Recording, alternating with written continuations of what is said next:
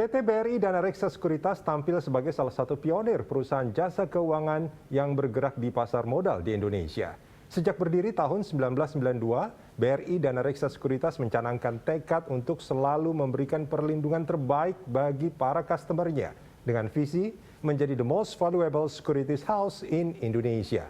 Bagaimana kiat Friederika Widiasari Dewi, Direktur Utama BRI Dana Reksa Sekuritas, membawa perusahaan tetap eksis di tengah persaingan yang ketat dan situasi pandemi yang sangat menantang dan sangat mempengaruhi sektor keuangan.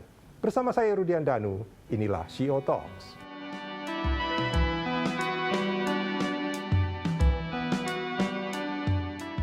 Pandemi COVID-19 melahirkan ketidakpastian bagi hampir semua industri. Banyak bisnis dipaksa beradaptasi dan berinovasi agar tetap bertahan. Tapi di balik krisis selalu ada berkah. Salah satunya kebangkitan investor pasar modal. Jumlah investor di pasar modal Indonesia kembali meningkat menjadi 5,37 juta investor per akhir Mei 2021. Ini artinya jumlah investor di pasar modal telah tumbuh 38,43% dari posisi akhir 2020 yang sebanyak 3,88 juta investor. Sepanjang 5 bulan pertama 2021, ada penambahan hampir 1,5 juta investor. Peningkatan investor retail ini tentu membuka peluang bagi perusahaan sekuritas. Tak terkecuali PT Dana Reksa Sekuritas yang sejak 9 Oktober 2020 resmi menjadi anak usaha BRI dan menyandang nama PT BRI Dana Reksa Sekuritas. Berbekal pengalaman sejak 1992 ditambah nama besar BRI, BRI Dana Reksa Sekuritas siap mengarungi lautan industri investasi yang syarat tantangan dan kini dihadang ombak pandemi. Namun di bawah kepemimpinan sang nahkoda baru, Friederika Widiasari Dewi, BRI Dana Reksa Sekuritas optimistis mampu melaju menaklukkan tantangan. Bagaimana kisah CEO BRI Dana Reksa Sekuritas Friederika Widiasari menaklukkan gelombang pandemi dan persaingan perusahaan sekuritas?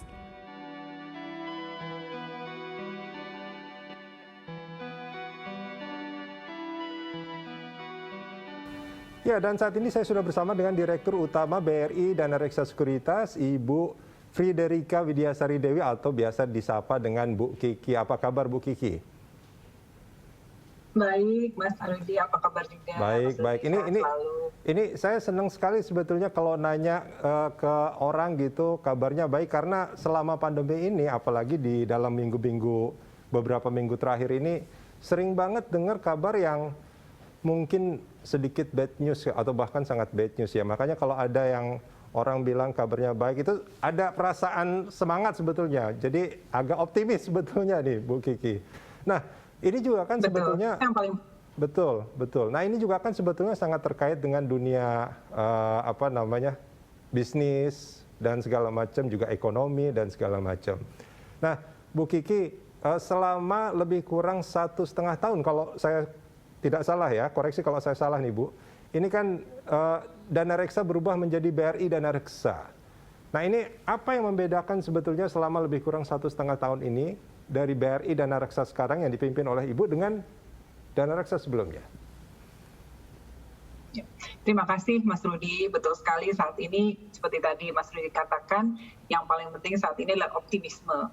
Itu juga berlaku untuk kita semua yang ada di dunia bisnis ya saat ini, bagaimana kita menyikapi situasi pandemi ini dengan tetap optimis ya, dengan tetap mencari peluang.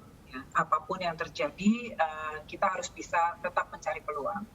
Nah, tadi seperti ditanyakan Mas Rudi, di tahun lalu Dana Reksa Sekuritas resmi berganti nama menjadi BRI Dana Reksa Sekuritas.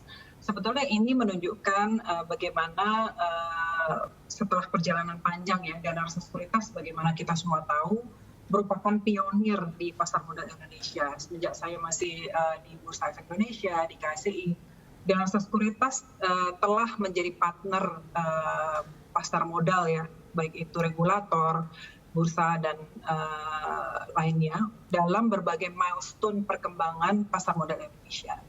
Nah, makanya saya merasa tertantang ketika kemudian saya diminta untuk menjadi direktur utama dari Dana Reksa Sekuritas.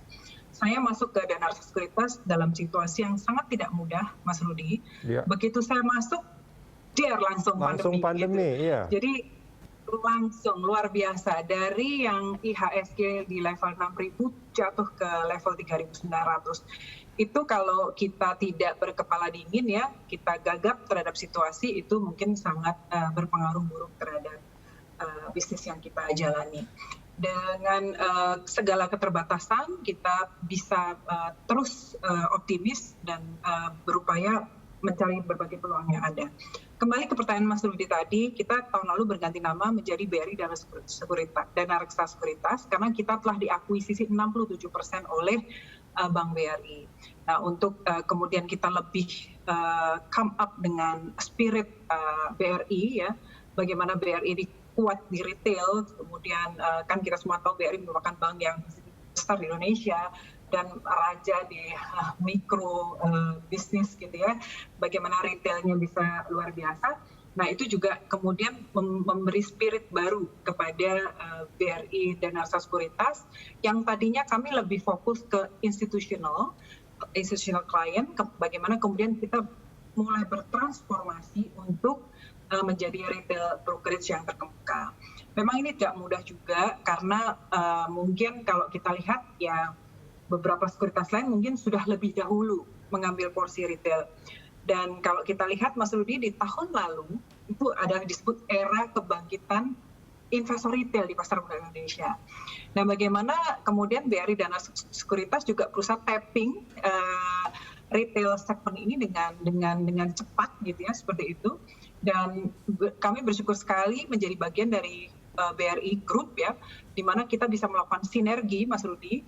Kita bisa kemudian tapping berbagai opportunity gitu ya, baik itu dari sisi akuisisi nasabah baru, kemudian sinergi dengan BRI Group dan banyak hal lagi. Jadi itu yang sekarang kita lakukan.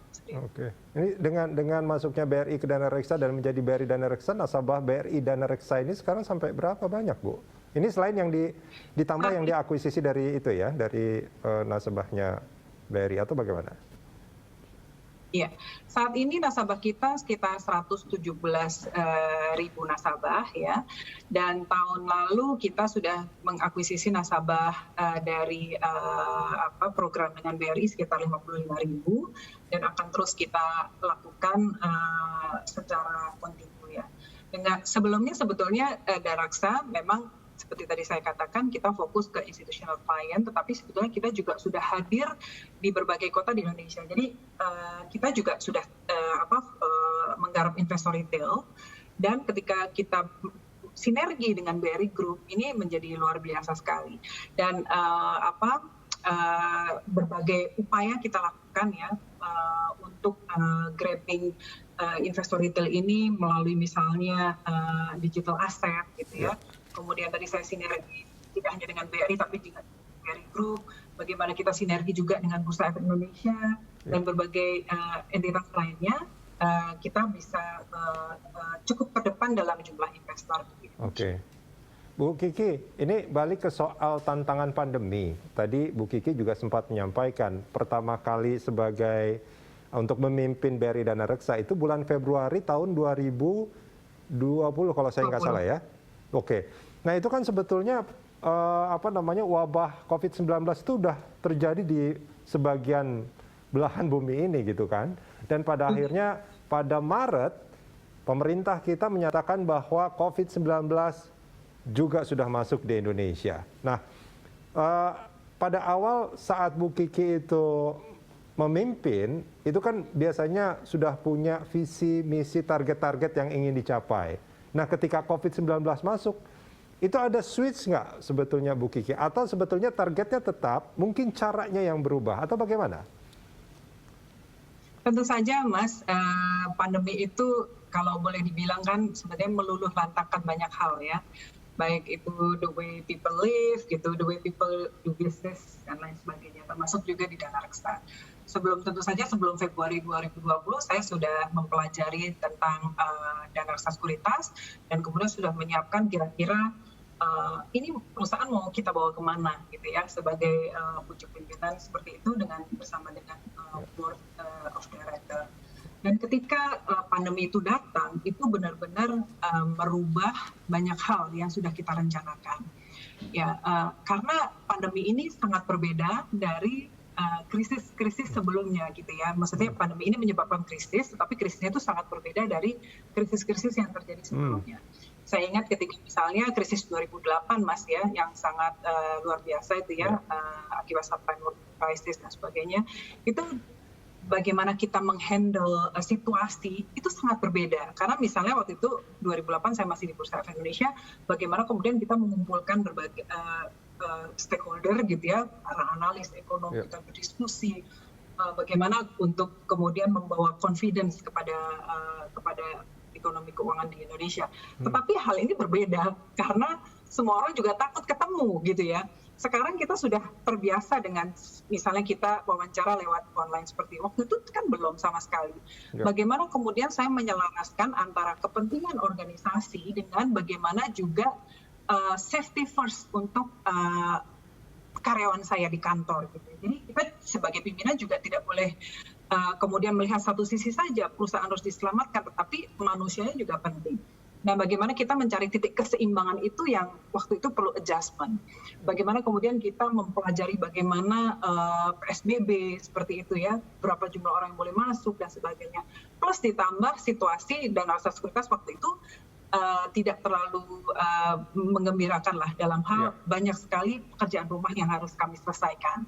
Akhirnya waktu itu kami terpaksa harus let go some of the people, ya kita melakukan PHK, ya kemudian kita melakukan restrukturisasi organisasi, ya bagaimana kita melakukan perampingan, kemudian kita melakukan digitalisasi.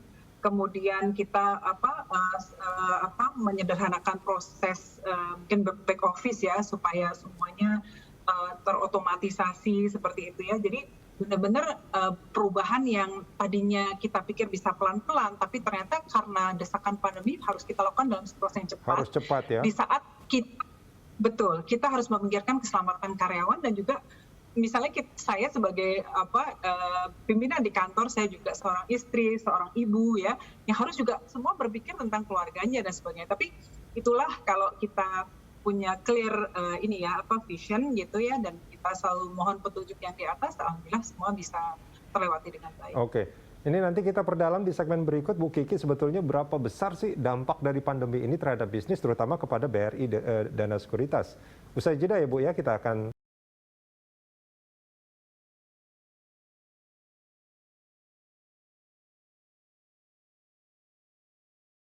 kembali di Shield Talks. Kita masih bersama Direktur Utama PT BRI Dana Reksa Sekuritas, Ibu Frederika Widiasari Dewi atau Bu Kiki. Bu Kiki, ini tadi Anda mengatakan bahwa banyak sekali proses yang pada akhirnya terpaksa harus dengan cepat dilakukan. Ada perampingan, ada digitalisasi yang memang ini sudah tuntutan dari eranya gitu ya, industri 4.0. Terus kemudian juga ada otomatisasi. Saya membayangkan bahwa sebetulnya dampak dari pandemi COVID-19 ini sangat besar sekali sebetulnya terhadap bisnis. Kira-kira seperti itu nggak, Bu? Betul.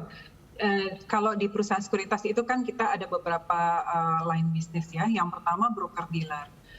Kemudian yang kedua investment banking. Yang ketiga adalah advisory. Yang untuk investment banking, bagaimana kita membantu perusahaan untuk IPO, kemudian issue bond dan surat berharga lainnya, itu banyak sekali yang kemudian ditunda sampai dengan waktu yang tidak tertentu karena tentu saja issuer atau calon emiten kemudian melihat situasi yang tidak menentu, mereka kemudian menunda inisiatifnya untuk kemudian melantai ke bursa dan sebagainya. Itu banyak sekali kita mendapat penundaan seperti itu. Nah, di broker dealer di awal saat pandemi, Mas Rudi, itu semua orang gagap ya. Kemudian orang juga lebih banyak hold cash seperti itu ya. Kemudian mereka kemudian keluar dari saham, kemudian masuk ke instrumen yang lebih aman seperti obligasi dan sebagainya. Tapi kalau kita melihat ya, dengan kemudian orang sudah mulai mengerti tentang situasi apa yang terjadi dan kemudian adanya dengan work from home, ternyata saat itu adalah justru era kebangkitan investor retail kita. Bagaimana kemudian nilai transaksi tumbuh sangat signifikan dan jumlah investor retail juga tumbuh sangat signifikan ya. Per hari ini saja investor di Indonesia sudah 5,5 juta investor dan retailnya luar biasa kalau kita lihat juga mendominasi transaksi di Bursa Efek Indonesia. Nah dalam hal itu mungkin di kuartal pertama dan kedua kita cukup terdampak dari nilai transaksi yang kemudian menurun. Tapi kemudian di kuartal ketiga dan keempat, alhamdulillah kita juga malah melihat bahwa antusiasme orang ketika mereka mungkin lebih banyak waktu di rumah, kemudian mereka mungkin lebih banyak waktu untuk memperhatikan perkembangan saham dan sebagainya, akhirnya mereka banyak masuk gitu ya. Yang lini bisnis ketiga advisory. Nah ini juga ternyata ada berkah juga dalam tanda kutip ya. Ketika kemudian situasi seperti saat ini banyak kemudian perusahaan-perusahaan yang kemudian rethinking about bisnis strategi mereka. Kemudian mereka banyak membutuhkan advisor di keuangan karena Danarsa merupakan salah satu yang terbaik lah dalam bisnis advisory-nya. Kemudian juga perusahaan-perusahaan yang perlu melakukan restrukturisasi. Kita juga banyak sekali dapat proyek-proyek untuk advisory kepada perusahaan-perusahaan tersebut baik BUMN maupun swasta. Jadi memang di awal Mas itu kita sangat terdampak ya karena semua orang tampak tidak mengetahui apa yang terjadi, tapi kemudian seperti tadi saya sampaikan di situasi apapun kita harus bisa melihat peluang dan alhamdulillah di tahun 2020 di 2 semester terakhir kita 2 kuartal terakhir kita bisa mendapat peluang-peluang tersebut. Tapi memang perlu kami sampaikan bahwa situasi Danarsa Sekuritas sendiri sebelum terjadi pandemi, kita punya beberapa PR yang harus kita selesaikan. Akhirnya kita melakukan provisi, kita melakukan CKPN, kita masukkan ke tahun 2020 semua, sehingga di 2021 ini kita buku baru, insya Allah tahun ini kita sudah bisa performance keuangan kita akan semakin baik. Oke, Bu Kiki, itu kalau tadi disebutkan ada 3 layanan yang diberikan BRI Danareksa, ada investment banking, broker dealer, dan advisory. Itu yang paling terdampak sampai saat ini dari 3 layanan itu yang mana? Dan yang mana yang sebetulnya sampai sekarang justru bertumbuh di tengah tantangan pandemi seperti ini? Investment banking yang paling terpengaruh Mas Rudi karena memang di saat seperti ini kemudian banyak sekali perusahaan yang kemudian menunda inisiatifnya untuk misalnya IPO di pasar modal. Nah, yang justru semakin membaik adalah kinerja dari retail capital market. Di broker dealer kan ada retail capital market, ada institutional capital market ya. Yang kalau kita lihat justru institutional client ini masih belum kembali seperti sebelumnya, Mas Rudi. Jadi justru yang menjadi penyelamat kita sekarang adalah justru investor retail. Nah, kalau advisory kita cukup baik. Nah ini kalau bicara soal single identification number investor itu, ini koreksi kalau saya salah. Single Investor Identification Number per 15 Juni itu jumlahnya sekitar 9,33 juta. Artinya dia tumbuh sangat signifikan dibandingkan pada Desember tahun 2020 yang sekitar 3,87 juta. Nah, ini kan pertumbuhannya sangat signifikan nih Bu Kiki. Ini mestinya juga berdampak pada bisnis kan? Nah, tapi dari jumlah itu sebetulnya berapa banyak yang aktif? Artinya orang mungkin karena melihat kemarin kayaknya ini kesempatan untuk invest dan segala macam gitu di pasar modal, tapi kemudian apakah memang tren itu terus berlangsung dan mereka juga aktif berinvestasi atau sebetulnya dalam situasi yang sekarang masih banyak juga yang hold atau bagaimana? Ya. Jumlah investor kalau kita lihat per SID sesuai data KSEI, data terbaru adalah sekitar 5,5 juta SID. Mas Rudi. 5,5 ya? Betul-betul identitas tunggal. Jadi kalau orang punya 10 account di 10 perusahaan sekuritas dan sebagainya itu tetap dihitung satu. Dan ini sebenarnya angka yang sudah tumbuh dengan sangat luar biasa. Kalau kita perhatikan dari 5,5 juta itu sekitar 2,5 juta adalah investor di saham ya. Selebihnya ada di reksadana, ada orang yang punya reksadana, saham dan juga obligasi dan sebagainya. Tapi yang saya tekankan di sini adalah jumlah investor yang ada di yang investasi di saham secara langsung sekitar 2,5 juta. Dan ini adalah persoalan yang klasik di mana hanya sebagian kecil dari investor, baik itu secara agregat di pasar modal maupun di setiap sekuritas juga itu tidak semuanya akan aktif bertransaksi. Karena kan memang tujuan investasi itu beda-beda, Mas. Ada yang kemudian menjadi long term investor, ada yang kemudian menjadi trader. Nah, kalau kita melakukan edukasi kan diedukasi untuk menjadi investor yang apakah itu dia akan menjadi investor jangka panjang ataukah kemudian dari hari-hari juga jangan selalu diam gitu ya, tapi juga kemudian bagaimana dia juga aktif bertransaksi. Nah memang hal yang positif yang terjadi di saat pandemi kemarin adalah ketika orang punya banyak waktu untuk kemudian mereka di rumah dan sebagainya, mereka mulai aktif bertransaksi. Jadi sebetulnya kalau kita lihat ya, sekuritas manapun atau bahkan di Bursa Efek Indonesia sendiri, bagaimana kemudian mengaktifkan investor yang sudah ada, itu sudah merupakan quick win ya. Jadi instead of harus selalu akuisisi nasabah baru, bagaimana nasabah yang sudah ada itu kemudian diaktifkan untuk bertransaksi. Nah itu banyak sekali metode yang dilakukan ya. Dengan di era pandemi kemarin tentu kita melakukan model seperti edukasi atau seminar online, kemudian bagaimana kita mengoptimalkan digital asset itu, Mas Rudi ya.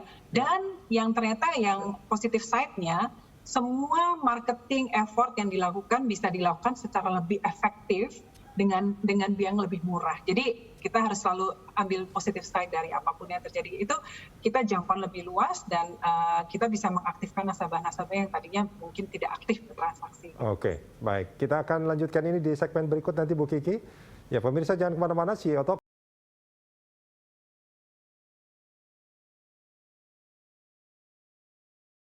Di CEO Talk kita masih bersama Direktur Utama PT BRI Dana Reksa Sekuritas, Ibu Frederika Widiasari Dewi atau biasa dipanggil Bu Kiki. Bu Kiki, ini kalau kita bicara soal investor retail, ini pertumbuhannya boleh saya bilang sangat signifikan di dalam mungkin 1-2 tahun terakhir ini? Ya betul Mas. Jadi kalau kita lihat sebetulnya pertumbuhannya ini sudah sangat luar biasa. Kebetulan saya sudah 15 tahun lebih lah di pasar modal Indonesia.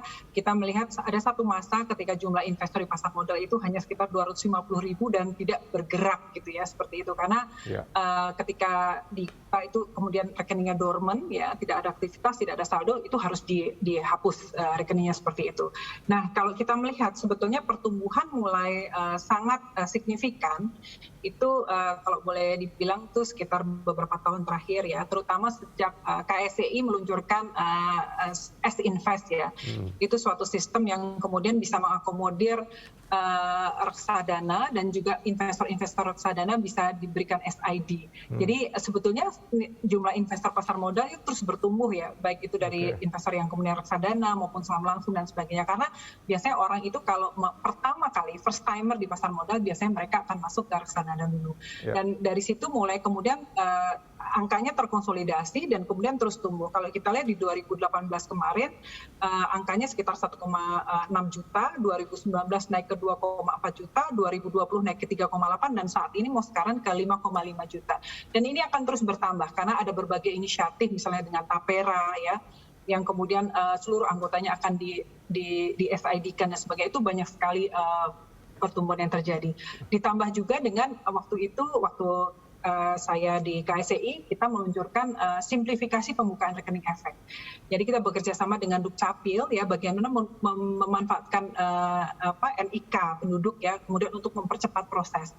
Kalau dulu Mas Rudi untuk buka rekening investasi yang terdiri dari rekening dana nasabah, kemudian rekening efek dan juga SID itu bisa butuh beberapa hari, bahkan kalau misalnya orangnya itu ada di luar Jawa ya, yang kemudian ada kendala terkait pengiriman, kemudian verifikasi dan sebagainya itu bisa sampai 2 minggu. Repot, tapi dengan adanya luar biasa repot waktu itu. Dengan simplifikasi pembukaan rekening efek itu bisa dilakukan dalam waktu 30 menit. Termasuk di dalam sekuritas sekarang kita juga sudah punya simplifikasi pembukaan rekening efek dan ternyata sangat bermanfaat ketika terjadi pandemi seperti ini orang kan tidak lagi mengisi formulir secara langsung, tapi mereka bisa semua langsung dilakukan secara online. Kayak seperti itu. Jadi memang pertumbuhan luar biasa, dan juga sosialisasi edukasi yang terus dilakukan oleh semua pihak, dan juga adanya kemudian orang bisa secara online untuk melakukan trading saham. Jadi beda sekali pertumbuhan perkembangan zaman dan teknologi itu sangat mempercepat pertumbuhan investor Indonesia. Oke. Nah, bagi BRI Dana Reksa sendiri ini untuk menggait investor-investor retail yang sekarang sedang tumbuh itu apa yang dilakukan, Bu Kiki? Iya. Yang pertama tentu kita terus melakukan sosialisasi dan edukasi, ya. Itu merupakan satu komitmen kita sebagai lembaga jasa keuangan, juga terus mengedukasi masyarakat. Yang kedua, kita melakukan sinergi dengan BRI Group, ya. Kita semua tahu BRI basis nasabahnya luar biasa. Ya. Jadi kita bekerja sama dari seluruh cabang-cabang kita di daerah, bekerja sama dengan cabang-cabang Bank BRI dan juga dengan anak perusahaan BRI yang lain. Ya. Itu juga terus kita lakukan. Kemudian kita mengoptimalisasi digital asset. Ternyata kan sekarang eranya investor milenial. Kalau kita lihat dari data KSEI, jumlah investor milenial yang berusia 40 tahun sampai dengan 40 tahun itu sekitar 80% sendiri, Mas Rudi, dan mereka sudah semakin aktif, ya. Dan mereka yang paling mudah untuk menjangkau mereka adalah melalui digital asset, ya. Kita melakukan promo melalui Instagram, kemudian live Instagram, YouTube channel dan sebagainya, itu terus kita lakukan, dan kita berbicara dengan bahasa mereka, ya. Jadi seluruh materi kita melakukan marketing, ya, kita sesuaikan dengan kebutuhan mereka, dengan apa yang ingin mereka tahu. Jadi misalnya kita riset kita tidak terlalu jelimet atau seperti apa, tapi kita harus tahu kalau millennials itu kira-kira yang ingin diketahui apa yang bahasa-bahasa yang mereka mudah untuk mengetahui, dan itu terus kita lakukan, dan alhamdulillah sampai sekarang kita terus melihat pertumbuhan jumlah nasabah di kami. Sampai berapa banyak, Bu Kiki? Tadi saya sampaikan 117.000, tapi terus bertambah dengan adanya kemudahan kita telah melakukan percepatan pembukaan rekening efek secara online. Jadi dengan sekarang kalau ingin membuka rekening di kami, ya, kalau investasi itu ada 3, Mas. Yang pertama rekening efek itu sendiri, rekening dana nasabah yang terhubung dengan bank, ya, dan SID itu bisa dilakukan semua dalam 30 menit. Artinya maksud saya yang 117.000 itu apakah selama 1,5 tahun ini, atau sebetulnya itu secara keseluruhan sebetulnya, atau memang pertumbuhan investor milenial ini memang baru terjadi di mungkin sekitar 1,5 tahun ini, atau bagaimana? Ya, itu adalah angka secara total, Mas Rudi. Ya. Ditambah kalau yang di tahun lalu kita bekerja sama dengan BRI sekitar 55.000 dari total karyawan yang kemudian menjadi nasabah. Ya. Dan dari pertambahan investor di luar BRI tadi, memang kalau kita lihat kebanyakan memang adalah milenial. Ini bisa saya sampaikan ketika saya masuk ke Dana Sekuritas, saya lihat pertama demografi investasi seperti apa. Loh, kok nasabah kita banyak yang sudah aging nih, gitu. Wah, ini nggak teli nih dengan data pasar. Berarti ada yang nggak pas nih dengan ramuan kita melakukan pemasaran atau pendekatan kepada calon-calon nasabah. Setelah kita rubah, ya alhamdulillah kita sudah bisa mulai grabbing di investor milenial ini. Oke, tapi kalau dari amatan Bu Kiki sendiri sebetulnya, ini saya juga agak tertarik juga nih. Kaum milenial kan umumnya itu masih mikir tentang ya mungkin kalau mereka punya uang mungkin lebih konsumtif mungkin, ya, gitu. Ada yang mungkin produktif, tapi ini mungkin pemikiran saya juga masih konservatif juga ini. Itu kebanyakan mereka belum memikirkan untuk kebanyakan, ya, itu belum investasi untuk investment. Atau sebetulnya ini sudah banyak berubah atau bagaimana? Kalau saya lihat trennya semakin ke sini semakin berubah, artinya kita lihat statistik aja, ya, usia investor semakin lama semakin didominasi oleh yang usia muda, ya. Tadi 18 sampai dengan 40 tahun ini. Memang secara kepemilikan mereka tidak terlalu besar, ya. Kalau kita jumlahkan mungkin sekitar mereka memiliki aset sekitar 100 triliun, ya, dijumlahkan seluruh yang usia di bawah 40 tahun ini. Tetapi kemudian aktivitas mereka bertransaksi di pasar modal ini sudah cukup mewarnai transaksi saham di Bursa Efek Indonesia. Kalau kita lihat memang sangat menarik ya, perkembangan pasar modal kita itu cukup menarik, Mas. Kalau beberapa tahun sebelumnya pasar modal kita banyak didominasi oleh foreign investor. Kemudian semakin ke sini sekarang nilainya sudah sekitar 60% itu adalah domestic investor. Nah, dari domestic investor sendiri itu kan dari institution client, nasabah dan juga retail, nasabah retail. Nah, kalau kita lihat sekarang jumlah investor retail terus meningkat dan aktivitas mereka bertransaksi juga semakin besar. Nah, tetapi ada tetapinya ini. Nah, yang buat yang newbie yang kemudian masuk ke pasar modal tahun lalu, di mana kemudian dari mulai yang indeksnya 6.000 kemudian turun ke 3.900 ketika mereka masuk, yang ada kan cuma naik terus tuh, Mas ya. Jadi mungkin experience-nya itu harus dibarengi dengan edukasi dan pengetahuan yang cukup, yang semakin banyak ya, supaya mereka nggak kaget karena namanya market itu pasti ada naik ada turun, tidak akan selalu dia bergerak ke atas seperti itu.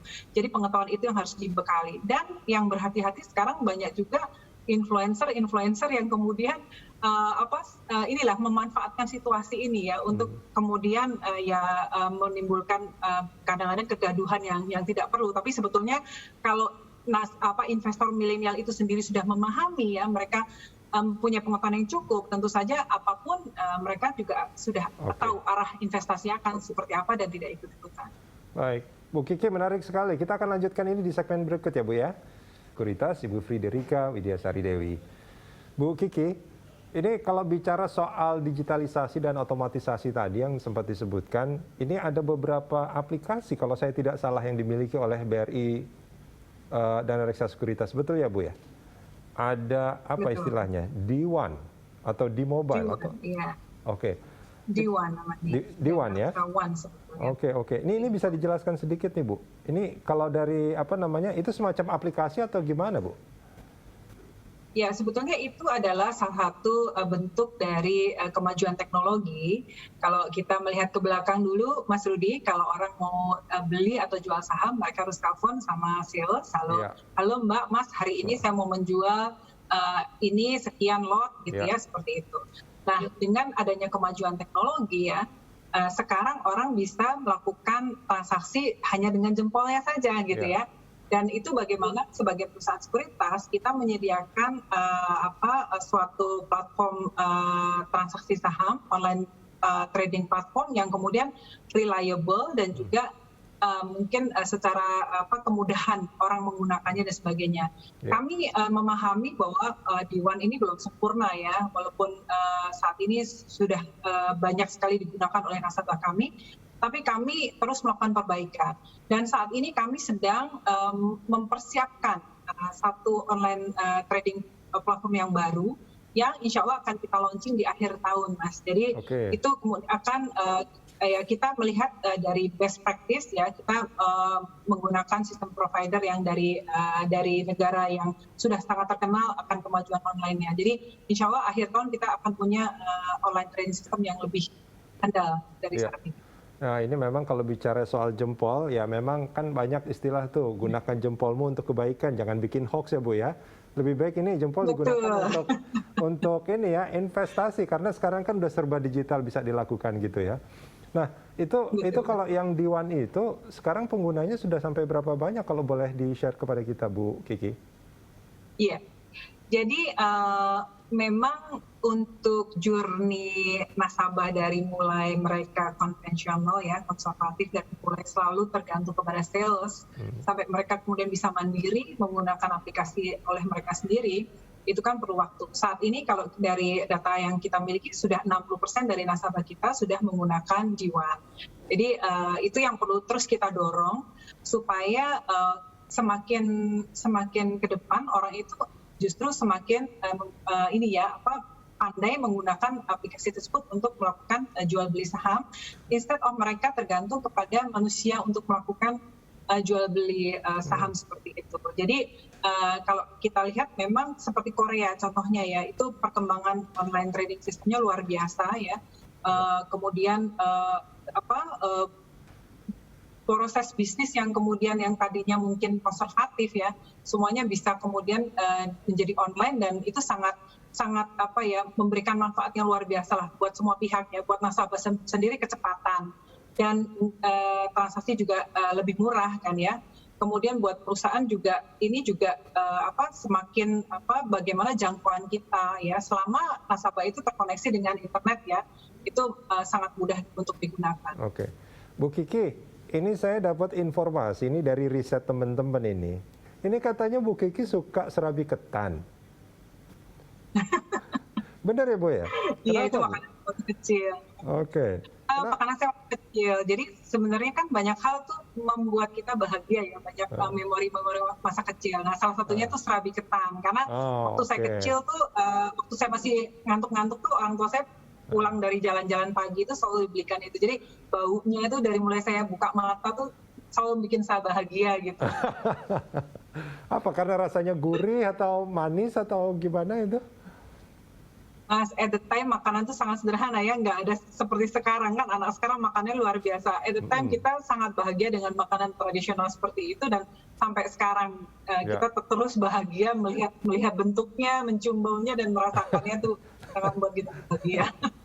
Oke, ini artinya kita bicara soal makanan yang lezat, tapi bukan ke situ arah saya nih yang saya pengen tanyakan, Bu Kiki. Di pasar modal saat ini, kemarin di awal pandemi itu kita tahu itu kan sampai drop luar biasa itu, hampir ke level 3.000 kalau saya tidak salah ya. Tapi kemudian dia terus tumbuh. Nah, sebetulnya dalam situasi yang seperti ini apakah pasar modal ini masih cukup lezat dalam tanda kutip ya bagi para investor sebetulnya untuk invest, karena dengan situasi yang saat ini serba tidak menentu? Kalau saya melihat kan pasar modal itu kan kita melihat prospek ya Mas ya. Tentu saja pasar modal itu yang mempengaruhi suatu kinerja suatu pasar modal itu banyak. Yang pertama adalah kinerja dari emiten itu sendiri, yaitu perusahaan-perusahaan tercatat yang sahamnya kita beli. Yang kedua adalah bisa faktor makro, perekonomian Indonesia, kemudian mungkin faktor dari luar Indonesia. Sebenarnya perekonomian Indonesia baik-baik saja, tapi kemudian ada faktor-faktor dari luar, misalnya waktu itu terjadi krisis di Eropa, di Amerika, yang kemudian membuat dampak di kita, atau misalnya terjadi suatu hal yang luar biasa seperti pandemi. Tapi sebenarnya kalau kita lihat misalnya bagaimana sebetulnya kinerja dari emiten itu sendiri, gitu ya. Kita baru melihat yang sudah ada di pasar modal kita ya. Bagaimana kemudian prospek ke depan.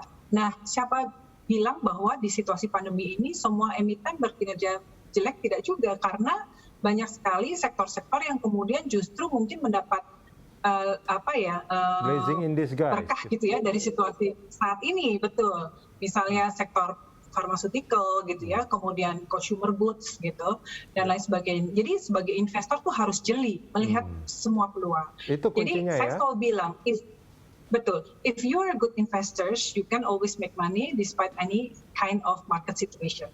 Itu baru kalau kita melihat prospek apa yang ada saat ini. Yang kedua, sebenarnya kalau kita lihat pangsa pasar Indonesia itu masih sangat luas, Mas. Kalau kita melihat kan market itu kan lihat supply and demand. Bagaimana perusahaan saat ini sekitar 700 emiten ya, itu masih sangat sedikit dibanding dengan jumlah perusahaan yang kemudian sebetulnya potensial untuk masuk ke market. Bagaimana jumlah investor? 5,5 juta banyak nggak? Mungkin secara angka banyak, tapi dibandingkan jumlah penduduk Indonesia itu masih sangat kecil. Jadi sebenarnya potensi kita itu sangat luar biasa. Itu Mas kalau kita lihat, jadi masih sangat optimis. Kuncinya jeli ya, jangan ikut-ikutan juga mungkin ya Bu Kiki ya. Baik. Betul. Bu Kiki, kita jeda sebentar, kita akan lanjutkan ini di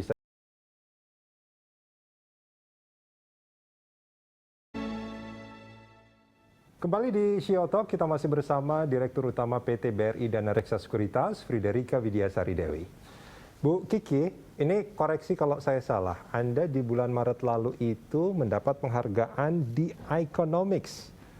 Ini penghargaan Inspiring Woman Award 2021. Koreksi kalau informasinya mungkin kurang tepat. Insya Allah betul, Mas. Betul ya? Nah, apa makna penghargaan ini bagi Ibu? Sebetulnya kalau buat saya orang kerja itu kerja aja. Saya bahkan nggak pernah berpikir untuk dapat penghargaan atau apa gitu ya. Tapi ketika hasil karya kita diapresiasi, ya tentu kita senang dan mengucap syukur kepada Tuhan, dan selalu ingat bahwa semua pencapaian kita itu adalah kerja bersama tim ya, tidak bisa kita kerja sendiri. Jadi saya mengucapkan syukur dan mungkin karya-karya yang telah saya lakukan itu dipandang bermanfaat buat industri. Oke, nah ini saya coba untuk garis bawahi tadi yang Bu Kiki bilang, bahwa ini juga selain usaha sendiri tapi sebetulnya ada kontribusi tim di situ, ada kerja tim di sana. Nah, sekarang Anda itu menjadi bukan sekarang, sebelumnya juga ada pemimpin di lembaga yang lain. Anda sekarang memimpin sebuah tim yang tidak sedikit jumlah orangnya.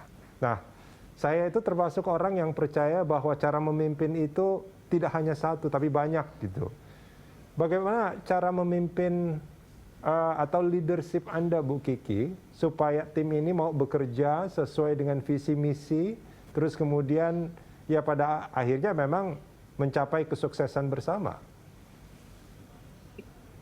Yang pertama, menjadi pemimpin menurut saya harus menjadi pemimpin yang bertanggung jawab. Bertanggung jawab itu seperti apa? Kita sebagai pemimpin, ya, misalnya menjadi direktur utama di satu perusahaan, kita menjadi orang nomor satu di perusahaan, ya kita bertanggung jawab untuk membawa perusahaan itu ke arah yang benar, untuk membawa perusahaan itu menuju kejayaan seperti itu. Nah, untuk mengetahui bagaimana ke arah mana kita harus membawa organisasi, tentu kita harus melakukan pekerjaan rumah kita. Misalnya kita harus melakukan kita harus tahu internal kita seperti apa, kemudian faktor eksternal kita harus melakukan analisa. Kemudian kita harus memahami situasi saat ini seperti apa, dan kemudian situasi di luar seperti apa, perkembangan zaman, kemudian teknologi dan sebagainya. Dari situ kita juga kemudian melihat strength and weaknesses kita tuh apa, gitu ya. Kita melakukan analisa SWOT tadi ya, strength, weaknesses, kemudian opportunity, threat-nya akan seperti apa. Setelah itu kita harus ramu menjadi satu visi, misi, dan ini ketika kita melakukan ini kita tidak boleh melakukan sendiri. Karena jangan sampai ini menjadi program Bu Kiki, nggak bisa seperti itu. Jadi bagaimana kita mengajak seluruh komponen dari satu organisasi, pertama mungkin di board of director dulu, kemudian bagaimana lini manajemen di bawahnya sampai dengan level paling bawah, semua harus ikut merasa bahwa ini adalah program kita bersama, bagaimana kita bisa setiap orang sekecil apapun tugasnya ya, itu mempunyai andil atau mempunyai andil dan harus berpartisipasi untuk menyukseskan perusahaan menuju ke visi yang sudah kita tentukan.